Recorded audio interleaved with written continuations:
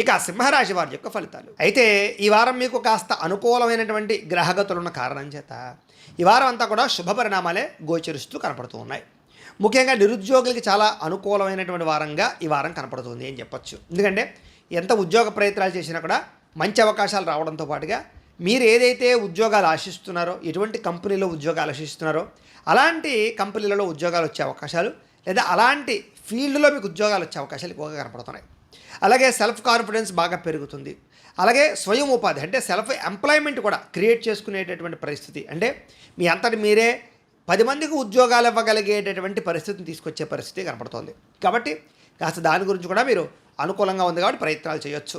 ఇక వివాహ ప్రయత్నాలు కానీ, ఉద్యోగ ప్రయత్నాలు కానీ, లేదా మీ జీవితంలో ఉండేటటువంటి ఏవైనా సమస్యల గురించి కానీ బాగా ప్రయత్నాలు చేసినట్లయితే వివాహాలు కుదరడం కానీ, లేదా ప్రేమికుల మధ్య కలయికలు రావడం కానీ, లేదా వివాహాల్లో ఉండే ఆటంకాలు తొలగడం కానీ జరిగి అనుకూలమైన వాతావరణం కనపడుతోంది.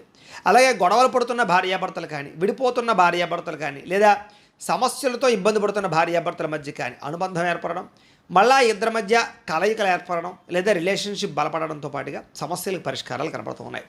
వ్యాపారాల యందు కానీ, భూముల యందు కానీ, గృహాల యందు కానీ పెట్టిన పెట్టుబడులు, బంగారంలో పెట్టినటువంటి పెట్టుబడులు మీకు వృద్ధవుతాయి. వాటి యందు పెట్టుబడులు పెట్టడానికి ఆసక్తి కూడా కనపరుస్తారు ఈ వారం. అలాగే గతంలో పోల్చుకున్నట్లయితే కనుక మీరు పెట్టిన పెట్టుబడులు వృద్ధవుతాయి, ఆర్థిక పరిస్థితి మెరుగుపడుతుంది, సమయం కూడా మీకు చాలా అనుకూలిస్తుంది ఈ ఆర్థికంగా. ఇక స్టాక్ మార్కెట్లో కానీ, రియల్ ఎస్టేట్లో కానీ, షేర్లో కానీ పెట్టినటువంటి డబ్బులు కూడా స్వల్పంగా వృద్ధవుతాయి. ఏదైనా తత్వ జాగ్రత్తలు తీసుకోవాలి అలాంటి విషయాల్లో. అయితే అనవసరమైన ఖర్చులు మాత్రం చేయకండి. వృధా ఖర్చులు, వృధా ప్రయాణాలు, లేదా తక్కువ ఖరీదు వస్తువులు ఎక్కువ ఖరీదు కొనుగోలు చేయడం లాంటివి కనపడుతున్నాయి. కాబట్టి అలాంటి విషయాలు ఎక్కువ జాగ్రత్తలు వహించాలి.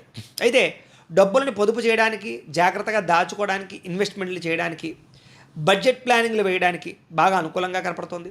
పాలసీలు కట్టడానికి, ఇన్సూరెన్సులు, టర్మ్ ఇన్సూరెన్సులు, హెల్త్ ఇన్సూరెన్సులు కట్టడానికి కూడా మీకు చాలా మంచి